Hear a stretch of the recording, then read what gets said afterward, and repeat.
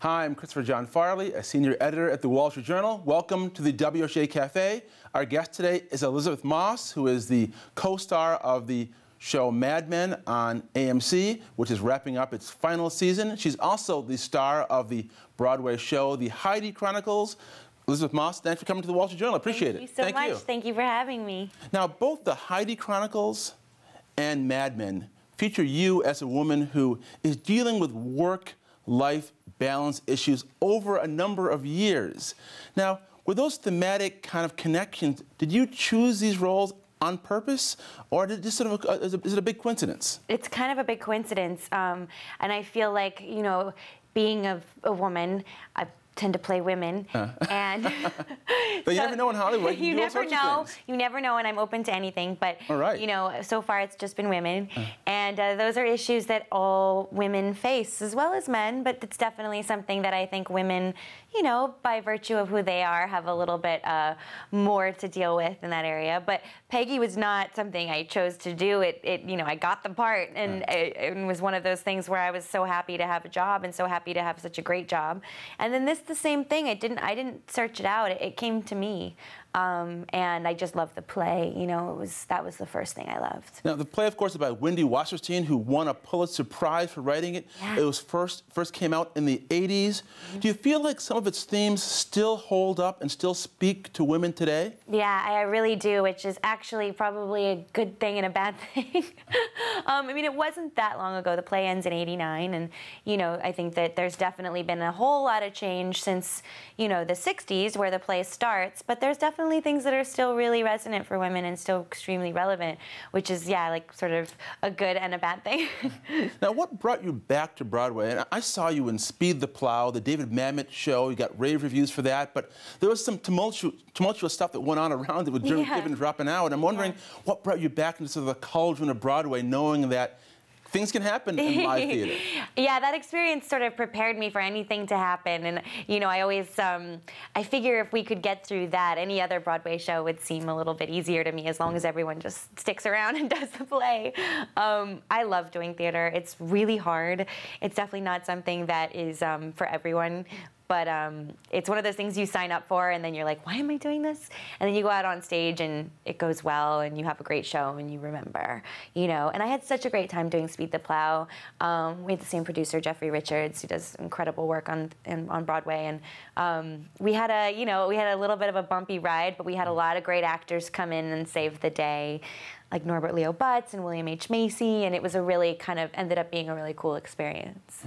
What do you find the most difficult, or what's the thing that's the most different about playing live theater versus doing a TV show? It's because it's live, because it's, you know, if something goes wrong, you can't stop and go back and do it again. You can't, there's no security blanket, there's no retakes, there's no editing. Whatever you see that night is what you are only going to see. Only that audience will ever see that show. And that's terribly, you know, scary and also really exciting, you know. So when something goes wrong, when something with the set gets caught, or like, for instance, last night my shoes got caught in this thing on the stage, and they came off, and I had to sort of get them out, and only that audience will have seen that, and that's kind of exciting. I'm trying to remember if that was the night that I was there, but maybe not. No, that was last night, so. Now, of course, most people know you as Peggy Olson on Mad Men. You played a lot of different roles. You were on Top of the Lake and won a Golden Globe for that. But most people know you from Mad Men, which is finally wrapping up its final season with a batch of episodes. What are you going to miss most about playing Peggy on Mad Men? Well, you know, I suppose I'll probably never play a character exactly like her again. So I'll definitely miss playing her. We'll miss her, her naivete and her sort of, I love her flaws probably more than her strengths. Those are actually more interesting to play when she sort of doesn't know what she's doing, as opposed to when she does. But, you know, I sort of, after we finished, I was like, oh God, I don't know if I'll ever find a character I love as much. And then playing Heidi kind of made me have hope, and because I was like, oh, I really actually like playing this character too. So it made me realize that there are a lot of great women out there to play, you know? Now, both with the Heidi Chronicles and with your role on Mad Men, I keep seeing the word feminist come up to describe them. And yet there's a moment in the new batch of episodes, I'm not going to give everything away, where you're on an elevator with the Joan character, Christina Hendricks, and you've just had a really bad meeting where the guys were really sexist. Yeah. And yet your character isn't entirely comforting to Joan, and you have a sort of bit of back and forth, and it's not exactly a feminist kind of conversation.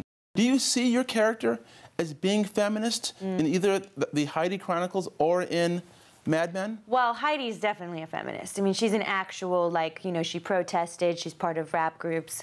You know, she was protested for women in art. You know, I think she's an actual feminist. I think Peggy is also a feminist, but maybe sort of an accidental one, where she sort of keeps bumping her head up against the glass ceiling and sort of not really even realizing it's there, so she just keeps doing it, which I think is the story of a lot of women in the workplace. But I think that conversation, you know, between them is very much about Peggy has dealt with this for years, and Joan is now trying to kind of get into a different position in the workplace and is finally discovering how difficult that is. And Peggy's a little bit realistic about it. She understands that you're gonna have to put up with this stuff to get what you want, you know? And I think that that's a pretty strong viewpoint, actually. Do you see yourself as a feminist? I know I've seen some back and forth with some actresses who sort of run away from the word. I mean, how do you feel about it? I can't imagine if you're a woman, you're a feminist. If you're a man, you should be a feminist. I mean, feminism is just about believing in equal rights for men and women. And if anyone believes in equal rights for anyone, I think you're a feminist, you know? So I think that I'm very excited to see what's happening with feminism right now, which I feel like you're right. There was a bit of a backlash. Women were sort of running away from the idea. And I think it's really kind of coming around in this new wave to be kind of something that is very natural and to be proud of. Okay, and we have a group of people at the Wall Street Journal who you might expect who are sort of obsessed with Mad Men. We have like a whole panel of academics that follows the show and comments on it. And one of them, who's a very accomplished lawyer, Walter Dellinger, he sent me a question he wanted me to ask you. Okay, He's great. actually a Supreme Court advocate, so this is coming from a high-powered guy. Oh, boy. His question to you was, he wanted to know, how did you go about preparing to play a woman of a previous generation? How did you go about doing that? That's a good question, and actually my goal with Peggy was always to play her as a modern woman. I wanted women my age to be able to identify with her. I wanted people in 2006, 2007 when we started to see themselves in her, and men as well. It was never my intention to play her. The writing takes care of the fact that it's a different time and a different generation. The circumstances take care of that. What I wanted was to play her as somebody, as one of us, and one of us at that time, and dealing with those experiences. And to me, that was more maybe interesting for me to play and also for the audience to watch, and I think really helped people to identify with her, because it wasn't some distant historical figure that you didn't really understand, or a caricature. I wanted her to be a real woman. And another one of our expert bloggers, Evangeline Morphos, who's a Columbia film and TV professor, who, by the way, loved you in the Heidi Chronicles. You want to pass that on. Oh, thanks. She wants to know, with your character, Peggy, how do you see her, and what do you hope for her in 10 years? Without giving away what happens in this last batch of episodes, if you could project her out 10 years from the end of Mad Men, what do you hope she's doing? You know, I think that it's kind of not a big mystery. I think that the thing is we know what happened to those women, you know, because it is our history. So we know that they generally kept working. They generally became, you know, known for one ad or another. They moved up sometimes in the office. Sometimes they got married, sometimes they didn't. Sometimes they had kids, sometimes they didn't. We know what happened to those women. They loved what they did, and they were good at it. And they kept doing it. And so I can't see anything else for her, really. Okay, now we're going to take it down a notch to my questions. Yeah. So there's a moment where, in the last batch of episodes, where you, or in some of the more recent episodes, where you and Don kind of dance. Don Draper, who used to be your boss, and now you're more bossing him. You have a dance after you sort of completed a really hard assignment, but it never becomes overtly romantic. Do you think those characters should get together?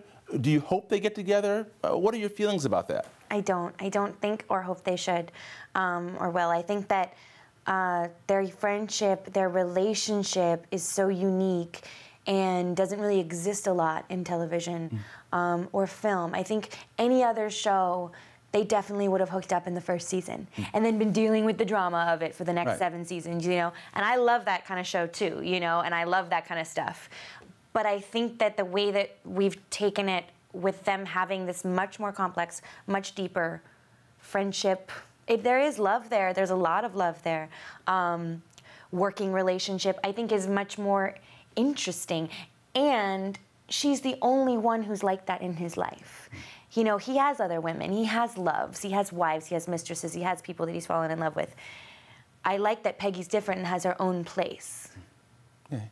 Well, we're going to move on to the speed round now. Just a couple quick questions to ask you. You know, because when I saw the Heidi Chronicles, when I'm watching you in Mad Men, I kept thinking of the book, the Sheryl Sandberg book, you know, by the Facebook CEO, Lean In. So a couple Lean In type questions. I like it. So I have that book. I haven't read it yet, but I've got it in my stack to read. So one thing that's been coming up in recent months and years is the whole word bossy. You know, calling a girl bossy, how for a guy that can be seen as a positive thing, for a woman it's seen as a negative sometimes. What do you do when someone calls you bossy? I think I wish I was called bossy more. I mean, I think bossy is, you know, I mean, listen, it's all about how you sort of exert your strength, I think, you know, or your authority. And I think that if you are able to direct or delegate or boss in a way that is constructive, then that's good, and that's a good version of bossy. And then there's just being, you know, mean, or, you know, other words that I will not say on your program. Right, this is a family show. Exactly, Families exactly, and executives. exactly. Family of very bossy executives. I'm we sure, like that very bossy, I'm sure. Now, of course, in Mad Men, your character, Peggy, doesn't really have any kind of leadership examples to draw from. How do we go about sort of sponsoring, creating, nurturing that next generation of female leaders?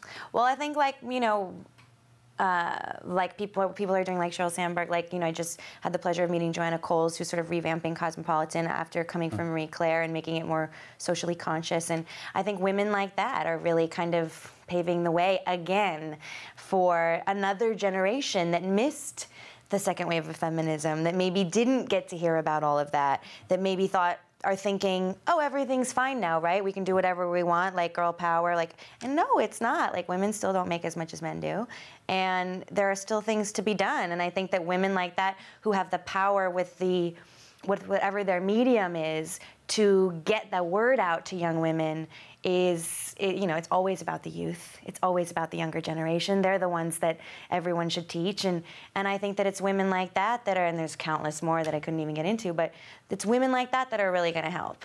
And that's why this play is so great, because it was written by somebody who was written by one of those women, Wendy Wasserstein. You know, she was one of the most brilliant writers, but she was also a very intelligent, strong woman. And I think that that kind of thing is also important. Like, I love when kids in their 20s come see this show, and you see them outside, and they're so excited, and they've never heard this kind of thing before, and they didn't know about a women's collective, you know, and they didn't know about this protest that happened. And I think that's important. And finally, how do you deal with the whole idea of having it all? You know, I think that by virtue of being a woman, there are certain things, obviously, that a woman can do that a man can't, as far as having babies and stuff. But I think that the idea of having it all has to be, has to be subjective. It has to be your own idea. And I think that that's kind of what we're fighting for now, and what we've been fighting for a while, is the idea of, well, what is your definition of having it all? And a man gets to decide what his definition of having it all is. And a woman should as well, you know? It should be a humanist idea, not a feminist idea. And so my last question is, so Mad Men's supposed to be over, but can you envision a spin-off? Can you imagine it coming back? I mean, what are your thoughts, honestly? Can you see yourself revisiting this character in a few years or a decade or whenever? You know, it's one of those things of, like, I mean, you never say never. It would, you know, it'd be very difficult for me to not play this character again if I was asked to, because I love her so much. But I would never do it without Matt Weiner, because he's created this show and he's made it what it is. So I'd never do it without him. And also, I think that there is that kind of thing of, we did pretty good. You know, like, if it ain't broke, like, we might be asking for a lot for people to then watch another show. But I don't know, Better Call Saul's doing it, and they're doing really good, so we'll see. Elisabeth Moss, thanks for coming to the Wall Street Journal, and good luck in the Heidi Chronicles Thank and you. with the final episodes of Mad Men. Thank you so much.